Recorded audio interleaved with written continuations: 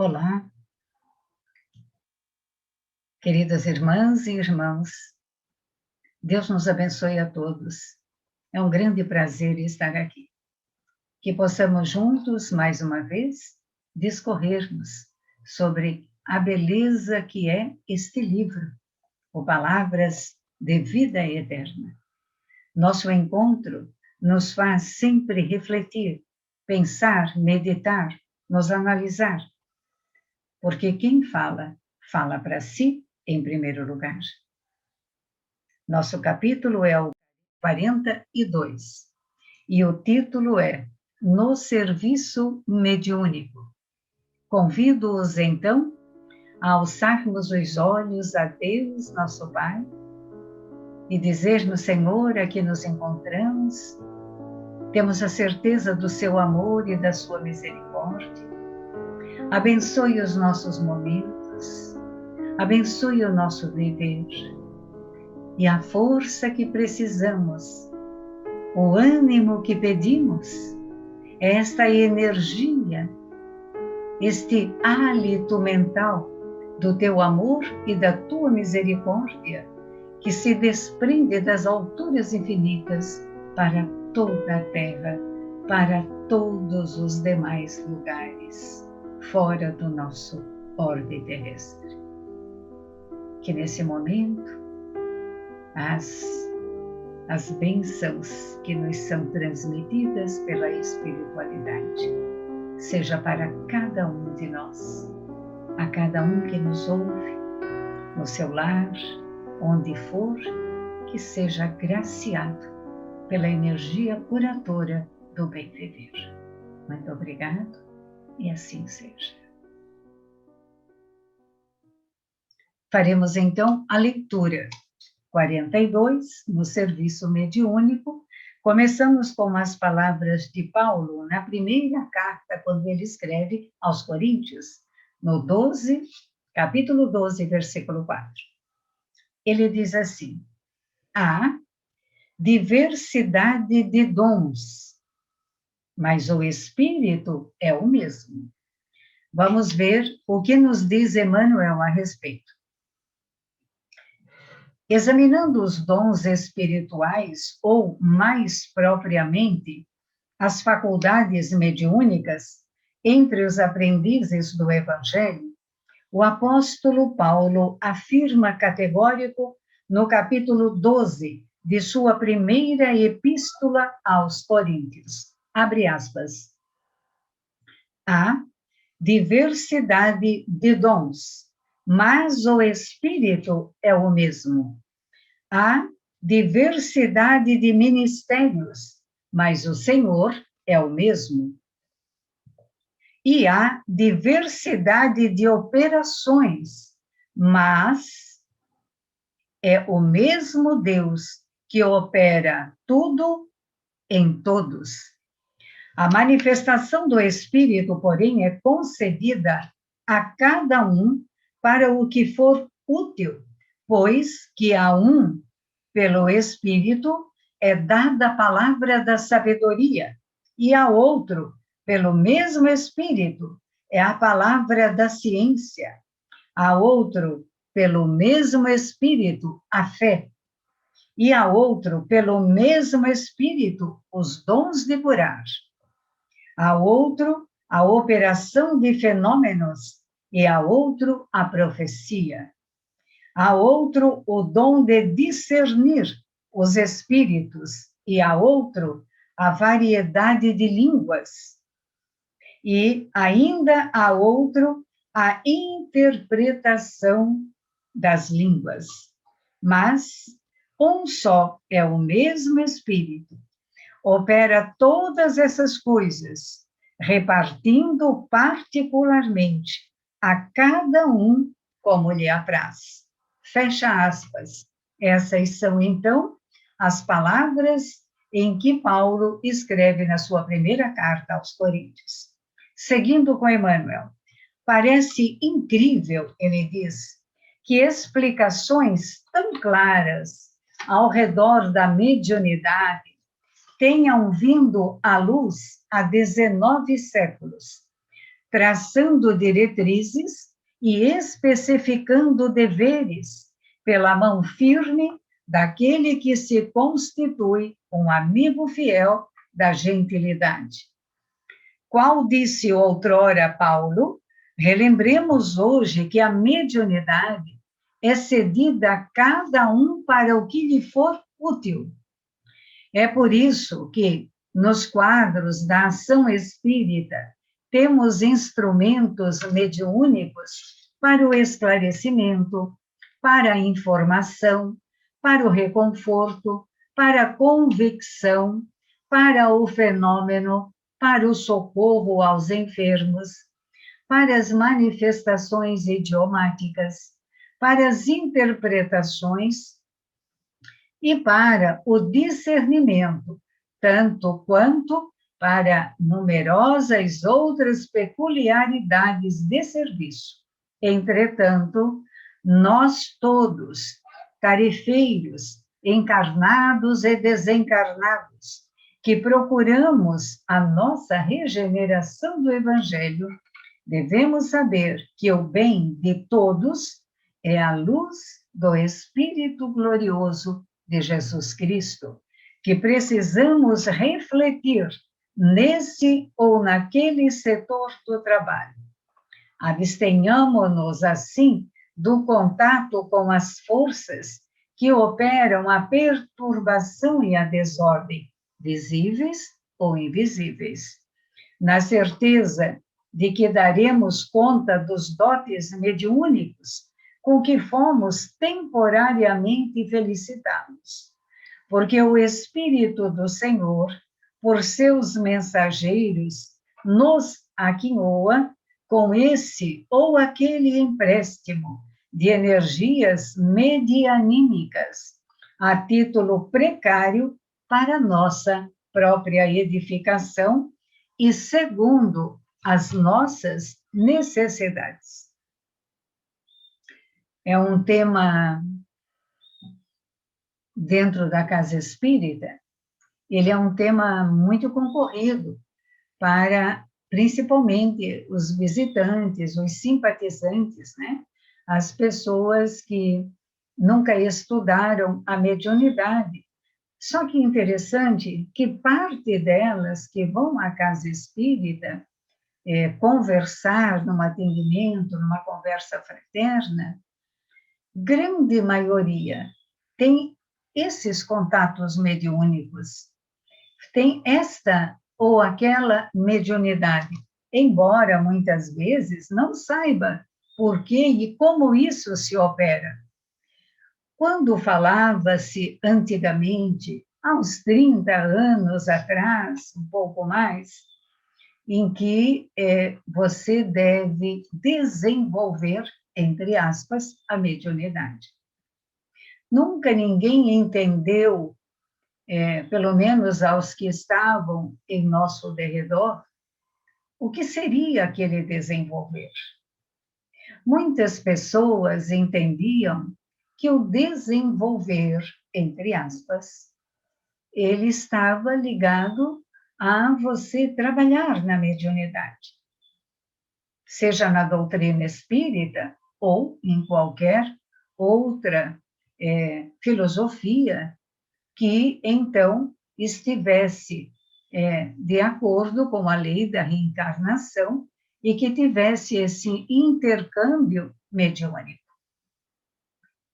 Mas, quando você adentra aos estudos da mediunidade, nós vamos aprender com todas as letras que o desenvolver é, de fato, desenvolver o seu conhecimento doutrinário dentro da doutrina espírita, dentro das obras espíritas, principalmente as 5 obras que fazem parte do Pentateuco de Allan Kardec. Então, nós temos este conhecimento na medida em que nós estudamos. Por isso, nós insistimos tanto nos estudos, a iniciar pela iniciação, né, que temos uma base do que é o Espiritismo, Para que serve o espiritismo? Qual a diferença entre ser espírita e ser dessa ou daquela religião? O que é ser espírita? É alguma coisa diferente? O que é ser médium? É algo muito extraordinário? Então, é nisso que se aprende a primeira etapa dos estudos, principalmente na nossa casa espírita, é a iniciação. Depois segue-se pela primeira obra, que foi lançada em 1857, que é o Livro dos Espíritos. Na sequência, temos o Livro dos Médiuns. Na sequência, temos o Evangelho segundo o Espiritismo. O seguinte é o Céu e o Inferno. E o último, então, é a Gênese. Quando nós conhecemos, passamos a ter essas leituras e passamos a estudar, nós compreendemos que nós estamos desenvolvendo a nossa capacidade intelectiva para então colocarmos em aptidão ao trabalho da mediunidade, né? A esse voluntariado dentro da área medianímica. Seguindo aqui o que diz Paulo, ele diz assim, que há diversidade de dons, mas o Espírito é o mesmo. Há diversidade de ministérios, mas o Senhor é o mesmo. Há diversidades de religiões, mas Deus é o mesmo. O Senhor é o mesmo. Todas as religiões usam a sua mediunidade. Todas usam. Todas abençoam. Muitas falam a língua dos anjos. Outras recebem em nome do Espírito Santo. Todas usam a mediunidade. Aqueles que aplicam as energias curadoras sobre outro nome estão aplicando um passe, estão dando a sua parte mediúnica junto com a sua capacidade energética, eletromagnética e seus fluidos. Então, há um composto de tudo, mas todos estão ajudando. A mediunidade não é algo que veio pela doutrina espírita, não é uma descoberta do espiritismo. A mediunidade, meus irmãos e amigos, ela sempre existiu. Desde que o homem é homem, o homem sempre foi médium, genericamente falando como homem, sempre foi médium. E a mediunidade não escolhe sexo, não escolhe cor, não escolhe gênero, não escolhe família, não escolhe país, não escolhe posição, não escolhe religião em que estamos. A mediunidade, ela é para todos. O comprometimento é de todos nós. Tão importante a questão da mediunidade, que Allan Kardec pergunta no Livro dos Espíritos, quem é médium? E eles respondem, todos os são, ponto. Uns em maior ou menor grau. E na sequência, ele pergunta, os espíritos interferem em nossa vida? Eles respondem, sim, muito mais do que podeis imaginar, sendo que muitas vezes são eles que falam através de vós. Então vejam que assunto maravilhoso que nós temos nesse momento ao estudo que é a mediunidade. Então aqui já falamos da diversidade de operações, né? A manifestação do Espírito, ela é concedida a cada um para aquilo que lhe for útil. Para aquilo que lhe for útil. Para um é a palavra, para outro é a ciência, para outro é os dons de curar, os dons do fenômeno em si, os dons, quando nós escutamos, quantas vezes nós estamos em uma outra parte da casa e escutamos literalmente, às vezes mais de uma pessoa escuta, que alguém derrubou um copo. Alguém derrubou algo no chão? Alguém abriu ou fechou alguma janela de nossa casa? Isso são fenômenos medianímicos. Então, isso é aquilo que se é utilizado da natureza, da própria entidade que promove e daqueles que estão em casa. Ela é utilizada a nossa energia ectoplasmática. Então, tudo isso faz parte do fenômeno mediúnico. E quando nós conhecemos, nós conseguimos conciliar uma vida, às vezes, que para lares é tão complicada, nós conseguimos, então, ter um determinado equilíbrio, porque nós sabemos como se processa o fenômeno. Então, nós vamos fazer o que nos é devido fazer, elevarmos o pensamento, vibrarmos, orarmos, lermos o Evangelho e ficarmos tranquilos, porque aquilo vai passar.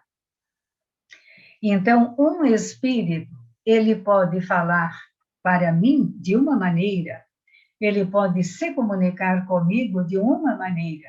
Já para o outro, ele vai falar mais no que refere-se à ciência. Para outro, no que ele vai dar pinceladas no que refere-se à tecnologia, porque cada um de nós recebe as intuições mediúnicas de uma maneira, mas todos recebemos, uns em maior, outros em menor grau. Como ele diz aqui, né? O dom de discernir os espíritos, a outra variedade de línguas. Um fala línguas diversas, né? Os outros interpretam. Se um espírito vem e fala uma língua que ninguém entende, qual o objetivo daquilo? Por isso, Allan Kardec fala para sermos racionais, usarmos a razão. Qual o objetivo de falar? Tem que ter alguém que compreenda aquele idioma. Tem que ter alguém, ou na mediunidade, se não conhece o idioma, na mediunidade, conseguir fazer a codificação daquela fala. Senão, não adianta. Não é verdade? Se eu recebo uma mensagem numa língua que já não existe mais, e que ninguém daquele momento pode fazer a tradução, do que adiantou para mim aquela mensagem? Ela não auxiliou o meu coração. Então, cada um de nós temos dons variados, né? Mediunidades, faculdades diversas. O sensitivo é o universal. Todos nós os temos, né? Mas eu sempre penso na pergunta de Allan Kardec, né? Se os espíritos, eles, por vezes, falam através de nós. Então, que nós tenhamos o discernimento, que nós tenhamos a atenção, estudos, leituras edificantes, para que nós possamos compreender este mundo invisível que nós não vemos.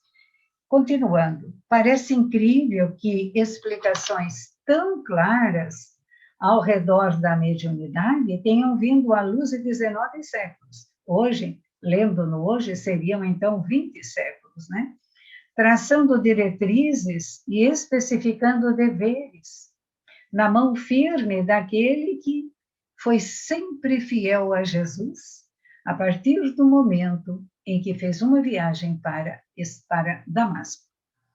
Né? Nosso ex-Saulo passando a ser Paulo de Tarso. Então, a mediunidade é cedida a cada um para o que for útil. São palavras de Paulo. A mediunidade é cedida para cada um para o que for útil. É importante ser médium. Que tamanho é esta importância?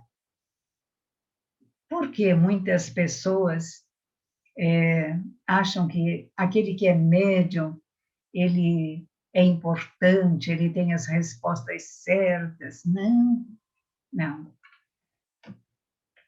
Quanto maior a sua mediunidade, maior compromisso você tem.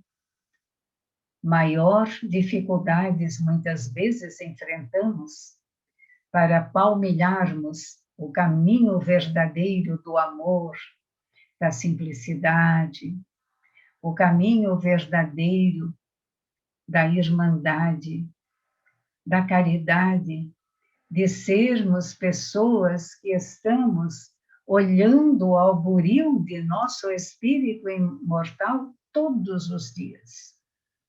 Isso é complicado, porque é como se nós todos deveríamos ser assim, toda a humanidade.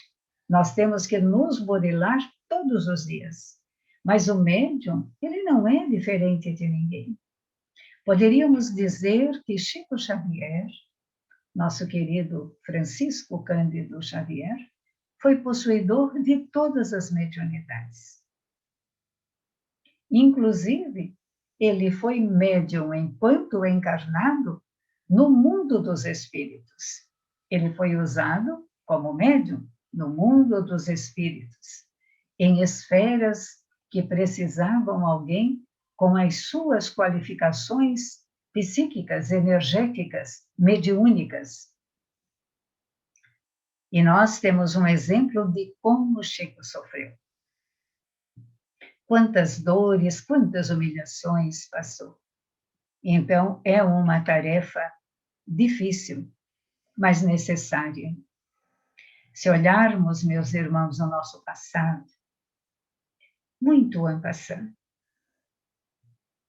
se analisarmos quantas coisas negativas já fizemos com esta dádiva chamada mediunidade. Costumo dizer, há quase 40 anos, que hoje nós somos médiuns, trabalhadores de Jesus para Jesus. Hoje nós estamos trabalhando para Jesus, à luz da doutrina espírita. Hoje nós temos consciência do que podemos fazer, o que fazer, qual o objetivo em fazer, qual a representatividade da mediunidade na vida das pessoas. Que compromisso é esse? Não vamos nos alongar, porque o capítulo seguinte da próxima semana também irá falar a respeito. Emmanuel achou por bem isso. Mas vamos então nos deter nessas suas palavras. É por isso que nos quadros da ação espírita temos instrumentos mediúnicos para o esclarecimento, para a informação, para o reconforto, para os enfermos, para as manifestações idiomáticas, para o discernimento. Nós temos nos quadros espíritas os instrumentos da mediunidade dos mais diversos. Temos pessoas que já foram, pessoas no Brasil, que já estão no outro plano, que foram médiums maravilhosos. Médiums que não sofreram? Não, sofreram muito. Suas vidas desde o nascimento, suas vidas desde um ano e meio, já começaram as suas dores. Mas seguiu adiante. E assim nós temos inúmeras pessoas que trabalham no bem e na verdade. Fora do Brasil também. Nós temos trabalhadores mediúnicos que, apesar da idade dos seus 90 e poucos anos, continuam a trabalhar, continuam na labuta. Temos trabalhadores de cura que fazem trabalhos extraordinários, junto com os espíritos irmãos de várias ordens. Nada é milagre. Milagre é o campo energético que cada um de nós tem que manter. Todos aqueles que se dizem médiuns. Então, ele diz, abstenhamo-nos, assim, do contato com as forças que operam a perturbação e a desordem, sejam visíveis ou invisíveis. Então, como um médium se mantém? Deve se manter saudável, ser feliz, ser alegre, cuidar de sua alimentação, cuidar de sua alimentação intelectual, cuidar daquilo que assiste, daquilo que vê, daquilo que vai, cuidar da onde frequenta. Então, tem que ter esses cuidados, esse, entre aspas, alimentar-se, né? Pelos olhos, pela mente, pelos pensamentos, de todas as maneiras, para manter-se o mais sano possível, o mais equilibrado possível. Como conhece-se um verdadeiro espírita? Pergunta Allan Kardec. E os irmãos do outro mundo respondem que se conhece o verdadeiro espírita, aquele que todos os dias ele busca o buril para a sua própria transformação. Gostamos de frisar isso para que não nos esqueçamos. Então, todos nós que fomos, como ele diz aqui, temporariamente felicitados, porque o Espírito do Senhor, por seus mensageiros, nos aquinhoa com esse ou com aquele empréstimo. Nada disso é para ser motivo de orgulho.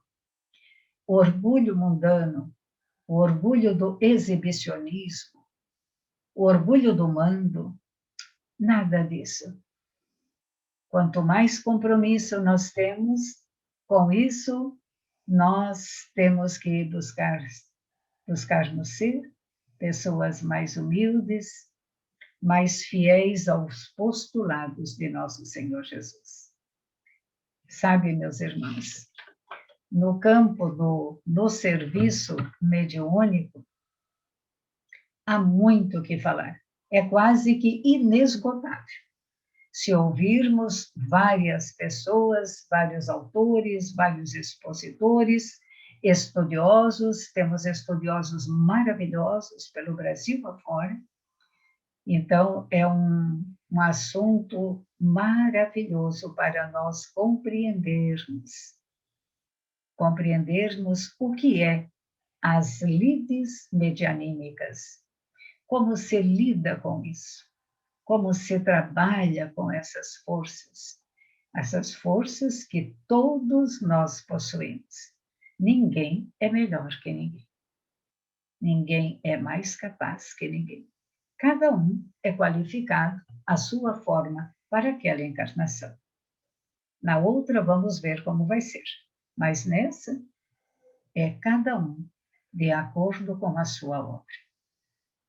Espero que tenham gostado desse assunto. É um assunto cativante, como eu disse. Muitos fazem muitas perguntas a respeito da mediunidade. No próximo capítulo, nós vamos